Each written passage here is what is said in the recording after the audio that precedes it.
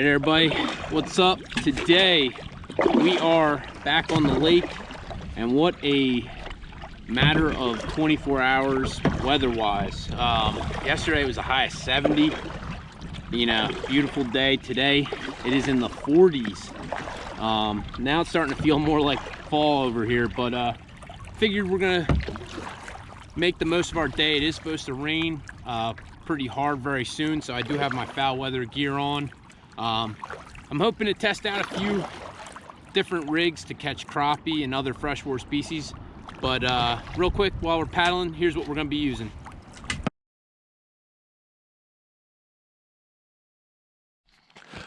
All right, so for today's video we're going to be testing out these Slab Stacker rigs. Now I'm not one for, you know, pre-tied rigs, but these caught my eye the last time I was at Bass Pro Shops. For the price of them, they're really not that bad. And, you know, I'm just very curious to see how this will work in the lake that we're going to. But just to give a brief overview, what it is just a marabou jig. And then about 8 inches up, 6 inches up, it's a standout, I guess you would call it a drop shot hook. So it's almost like a fluke rig, like any of the rigs that we use pretty much for striper or flounder, but for crappie. But the beauty of this Slab Stacker rig is you could fish it, you know, multiple ways. I've seen, you know, people that fish these, you know, plain marabou jig, and then they'll tip, you know, the top hook with a minnow. Or what we're going to be trying is we're going to put on one of these Panfish Assassins or Bobby Garland's or, you know, Mr. Crappie jigs. Now I know we could easily tie one of these rigs up just with marabou jigs or regular jigs, but if I'm gonna fish a marabou jig, I'm probably gonna tip the bottom with some type of bait. I'm probably gonna try wax worms, to be honest with you. I personally don't think by putting a soft plastic on top of a marabou jig that it will look natural, and I don't think we'll have much success if we try that. But for the top hook, we're definitely going to try some type of soft plastic. I kind of want to try a brighter color, something like, I believe this is Nuclear Electric Chicken. I've always had a ton of success with this color for some reason. I'm not sure why, but crappie seem to love this, so I think we're going to throw that on the top hook. We also do have, you know, Berkley Gulp Alive minnows, the little, you know, soft plastic that have the scent baked into them. But we're just pretty much going to take this and, you know, set up on different holes on this lake. Now, it being the fall and the water temp being what it has been, we are going to be looking for some thermoclines in the deeper holes. And pretty much what a thermocline is a layer of water where, you know, temperature gradient is greater than the warmer layer above the colder layer below. So we're going to have to find some deeper holes to find those, which probably is going to be anywhere from 15 to 20. But we'll see. Stay tuned. Let me get the kayak ready and we'll see what we get. All right, so right now we've got our Slab Stack rig on. Just gonna drop it down, straight down, and start jigging the bottom to start. If we have success, we'll keep doing that. If we don't, what we'll probably end up doing is casting around and kind of just working it back to ourselves. But I'm hoping that this, you know, drop in water temperature isn't gonna shut down the bite. I do know, you know, in other cases when I've gone fishing and the temperature drops dramatically within a day, it usually kind of shuts down the fishing or slows it down a little bit, but we'll find out very shortly.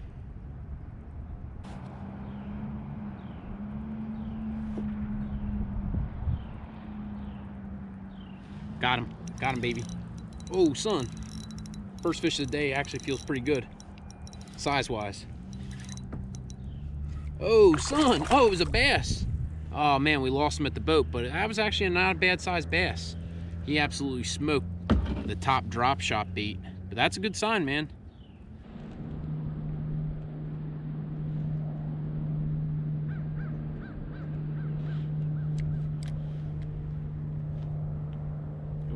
There's a good hit.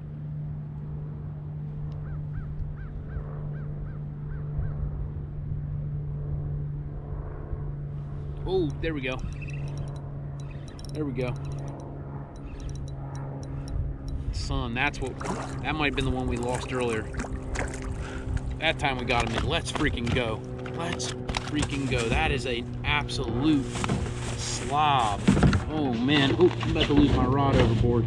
I don't want to lose this fish though. Sorry, YouTubers. Put this down.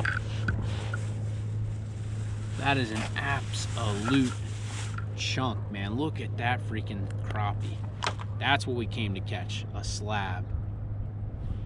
Man, one last look at this guy before we let him go. That is exactly what we came for, man. And look, he's just off he goes. That was an absolute menace of a crappie. All right, so if you're using a slab stack rig like I have right now, it's very simple to use. You can use it without bait in the springtime. All I was using was just this plain marabou jig with a drop shot bait above it. But with the colder weather and the fish being a little more finicky today, we are going to give them a wax worm on the bottom. That way it's a little bit of an enticement.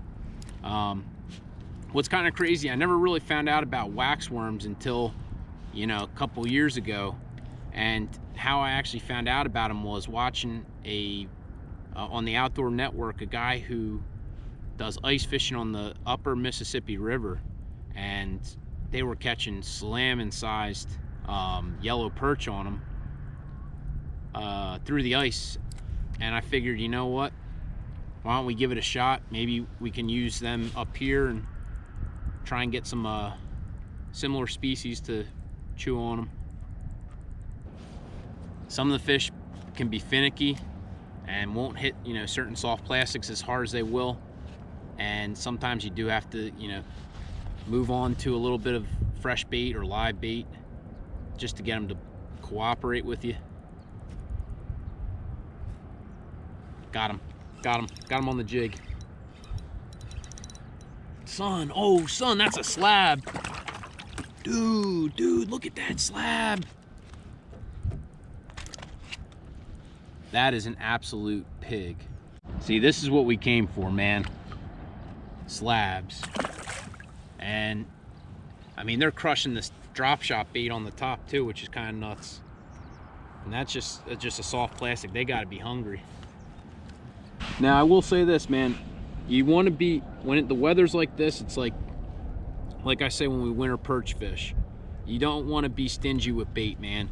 Be generous, because these fish are hungry, man. And you know, always make sure you got plenty of bait. I've made that mistake a few times in tog fishing this year. Fish on that quick we already got one. Dude, another crappie. Slab crappie, man. They absolutely love the Slab Stacker. This is my go-to rig, man. Legit catching crappie all day on it. We're gonna drop back down, but I made that mistake with tog a few times, and boy, what a worse feeling in the world when you're catching fish and you run out of bait. It literally is the worst feeling in the world. I think it's worse than being skunked, honestly. I'd almost rather be skunked than be at a spot and just catching fish left and right and then blowing through bait. Oh, we're getting a hit.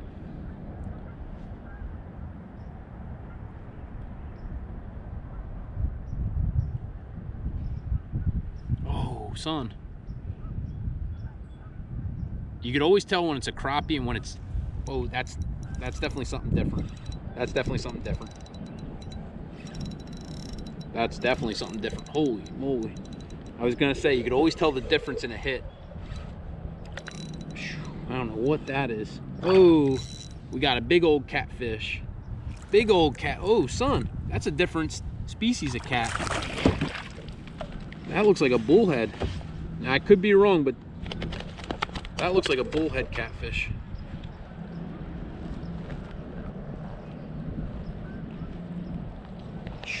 Yeah, that looks like a brown bullhead, but I could be wrong. For all you catfish enthusiasts out there, let me know if this is a brown bullhead or a yellow bullhead, but definitely first one I've caught in this lake. Yeah, but I had a feeling this guy wasn't going to be a crappie because he was just absolutely like throbbing at the bait. But so far so good, man. I believe that would be species number 4. Bass, crappie, bluegill, catfish. Yeah, so that's 2 days in a row, man, with grand slams. I mean, and so far so good. Was not expecting that last catfish. I mean, I probably should have, because yesterday we were catching them, you know, on the drop shot rig.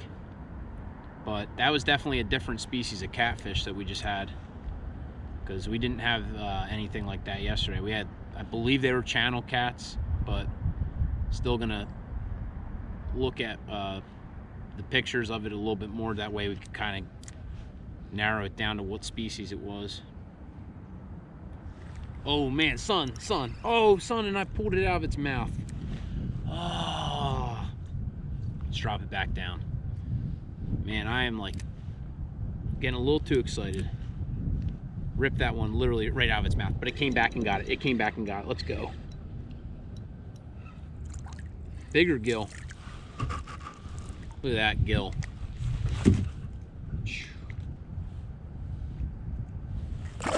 Man, they sure do love them marabou jigs. The one I used last year when I went crappie fishing, in fact, I'm going to post the link up here. You got to check it out. That was one of my favorite, you know, freshwater trips I've taken in a very long time. And using the same exact rig and jig we're using right now, the paint on the jig was chipped to the point where it went from like fluorescent yellow, neon yellow, whatever you want to call it, to literally like a lead head. So I mean, this rig does work very well. It's my favorite one to use, honestly, for crappie fishing. And probably if they didn't make the freshwater trout magnet, it'd probably be my favorite freshwater lure of all time. Man, look at that. That was a slab on the top. See, this is why they call it the slab stacker. You stack, and that one hit the nuclear chicken drop shot bait on the top. That's pretty cool. Man, they are beautiful fish. All right, we just dropped her back down. What I'm doing, I'm getting it all the way to the bottom, and then I am slowly bringing it up. Maybe about a foot to start. If I don't feel anything, I pull it up maybe 2 more feet. Kind of wait to see where they're hanging.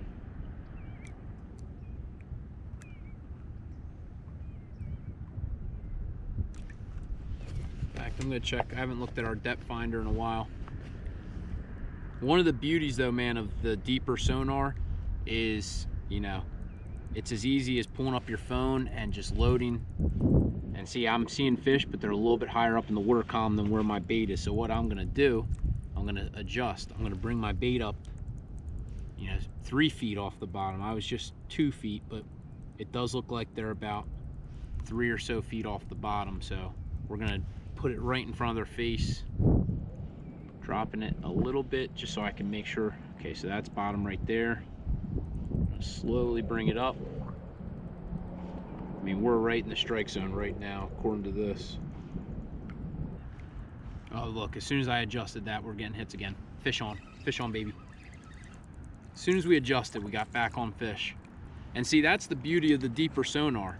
Now, I have a Lowrance fish finder on my boat, but for what we are doing on a kayak, especially a budget kayak like mine, it made more sense to go with a deeper than it did to buy a Lowrance and, you know, have to, you know, put up a whole setup. And I'm gonna explain why in a second. Let me just get this bait on there. I think I just dropped the other one. Hopefully we find him so he doesn't just stew in the kayak. But the beauty of this deeper sonar is, all it is, you know, a little ball that you attach to the side of your kayak that you can charge, you know, at home with pretty much a phone charger cable. And it clips on easily. So it clips on so easy. You open up the app, you look at the, you know, reading, and it tells you pretty much everything you need to know: water temp, depth, and where fish are.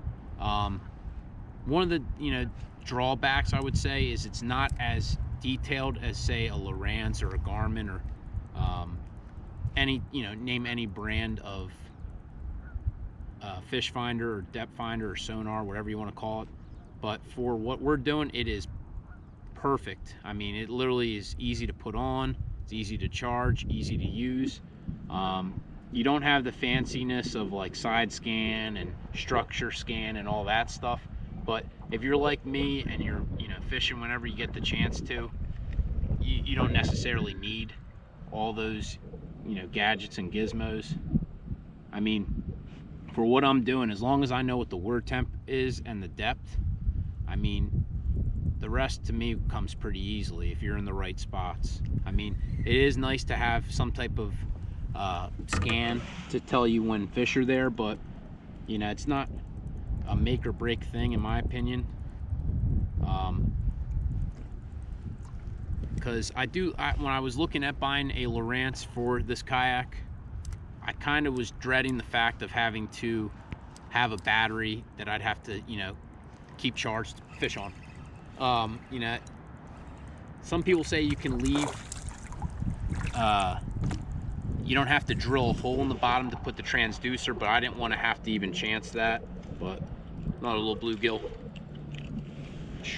They are some feisty fighters, man.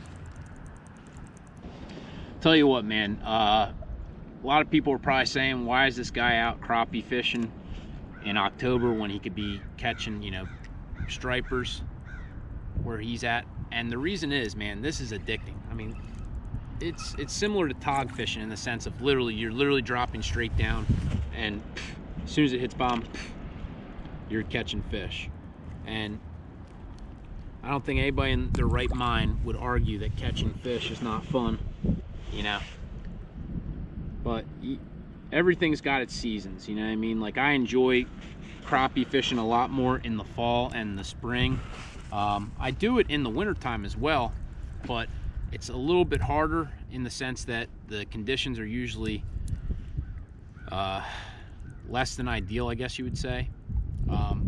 I do love ice fishing, which I'm hoping we do have a cold enough winter where we can get a video in, but recently the winters have been pretty mild. I mean, I don't even think we had any snow last year. If we did, it wasn't much.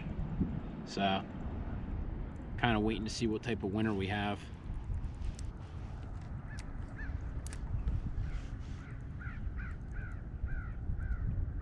And as soon as I moved it, we got hits again.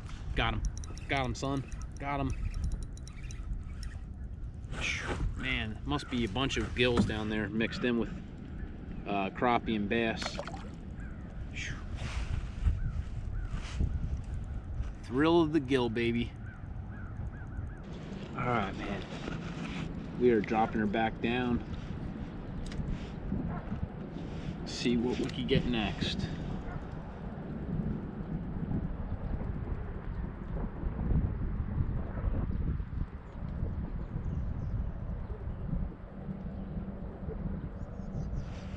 Got him, baby. Let's go. On the right side of the boat, and it's another crappie. Damn, and he hit that Berkeley Gulp Alive minnow on the top. Son, that might be the biggest one of the day. Look at that chunk. And he hit the Berkeley Gulp Alive minnow, man. Beautiful. All right, man, that was a good feeling. Get a bigger crappie. We've been getting a lot of bluegills recently, and not that I don't want to catch bluegills, because I really don't care what I catch, man, as long as we're catching fish. But it is always nice to get the targeted species.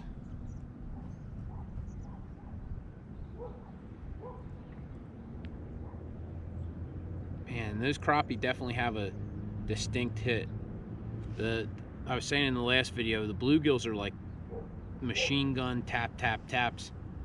The crappie seem to be like, they like gulp it. It's like one solid pull, like that felt like a crappie hit. We'll see if, no, look at that, man, I'm wrong.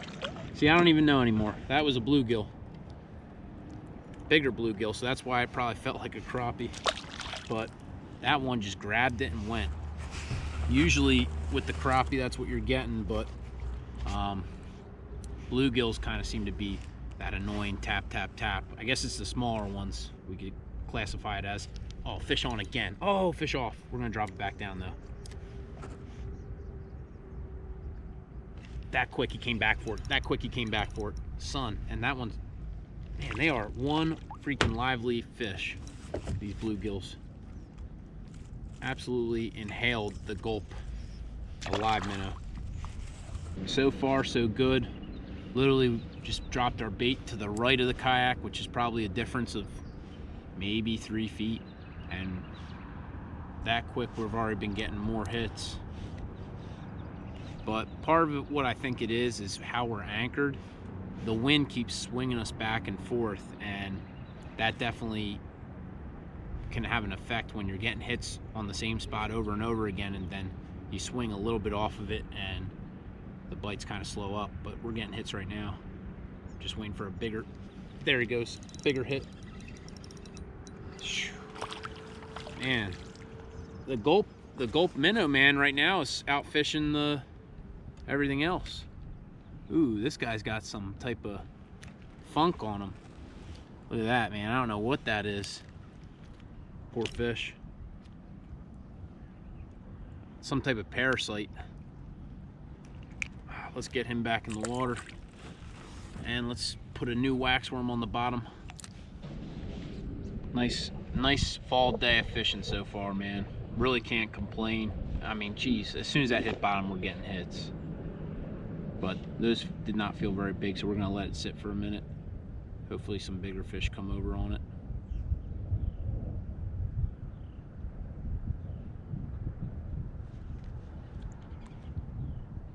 Whoa, son, as soon as I lifted that up, son, that's definitely a nicer size fish.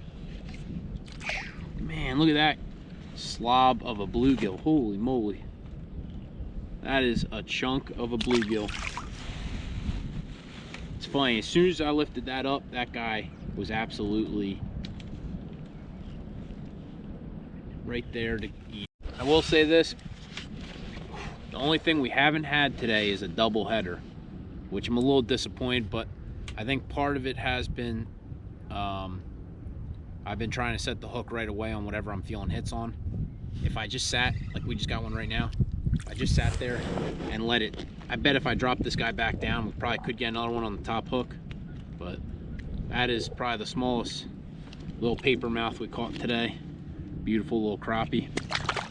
But I mean, it's just been non-stop action, which very surprising. And like we said, with the water temp being what it is and dropping so fast, oh my god, it's literally, oh, literally drop and hook. That one wasn't even on the bottom yet. I went to reel in a little bit of the slack and felt something on the other side of it. I'm gonna drop it all the way back down again, see if we can't get him to come back.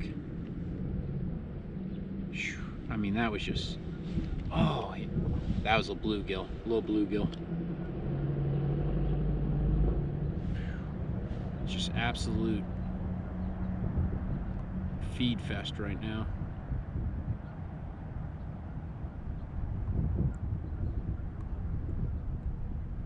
Got him. Let's go. Got him that time. Man, there are some spunky fish, man. And something ripped off our Berkeley gulp, so we got to put a new one of those on. Stay. Got him. Got him. Came back for it. Let's go. Ooh, man, nice crappie. Look at that. Nice little paper mouth right there. See, this is what I'm talking about. For all those people saying, oh man, you should be striper fishing, where else can you catch fish like this non-stop, you know what I mean, this time of year? So they are an addictive species to a target.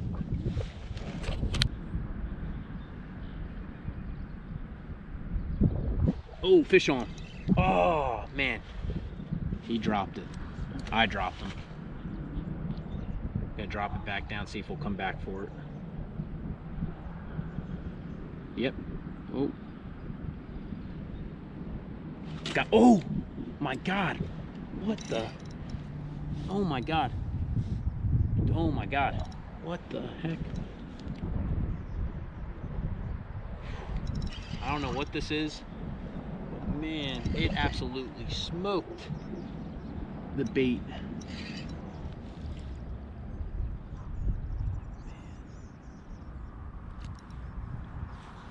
Something's not right with the drag either. This is a giant fish, whatever it is. Either a big catfish or, I mean, it's spinning the kayak right now. I don't know what the heck. Oh my God, this is a big fish, whatever it is. My guess is big catfish or bass.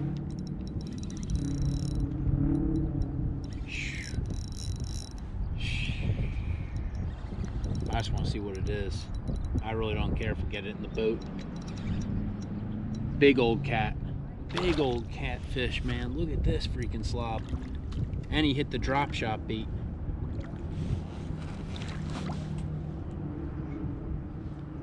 I mean, geez Louise, look at this freaking slob. Absolute slob on the drop shot. Little Berkeley gulp minnow. Damn, son. Look at that fish. Now, I believe that is a channel cat, so that'd be our 5th species of the day. Man, we are having the time of our lives right now. There's so much life here. You know, you go to certain spots and you only catch one species. I mean, that is not the case here. We've had everything under the sun in this little hole. But you gotta think a lot of these fish are probably in the same boat of fall transition, trying to move to the water temp that is ideal for their feeding patterns and for, you know, their habitats. Oh son, look at that. We must have hit a catfish school, because that's definitely another cat. Damn son. Oh my God. Look at that, dude. Has to be another cat. I mean, he's just pulling the kayak where he wants to. Oh my God. He probably peeled off like 20 yards of line. And I don't have my drag set super light. I mean, I have it set to a moderate pace because we're only fishing 4-pound test on this line. So, you know, I have to have it set at a certain level. Otherwise, I mean, geez Louise. Oh, here he goes again. He's making another run.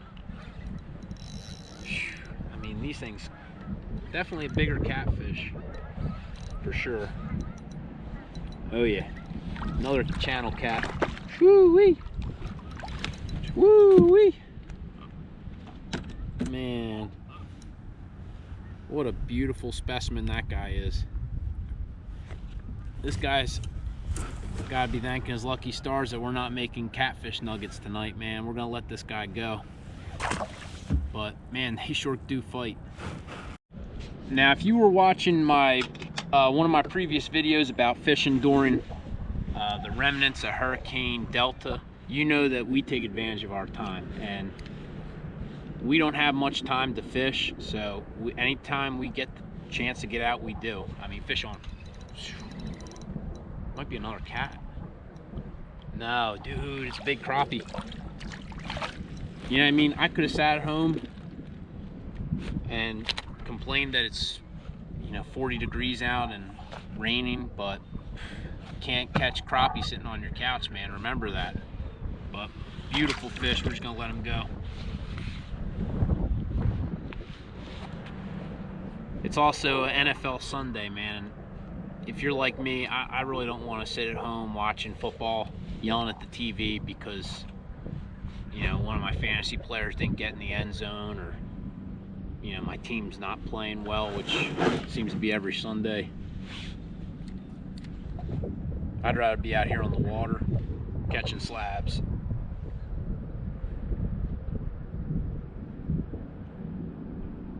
Oh, sun, man, it is on today. Another one on the Berkeley Gulp minnow, man. That's kind of nuts. That guy was not getting away.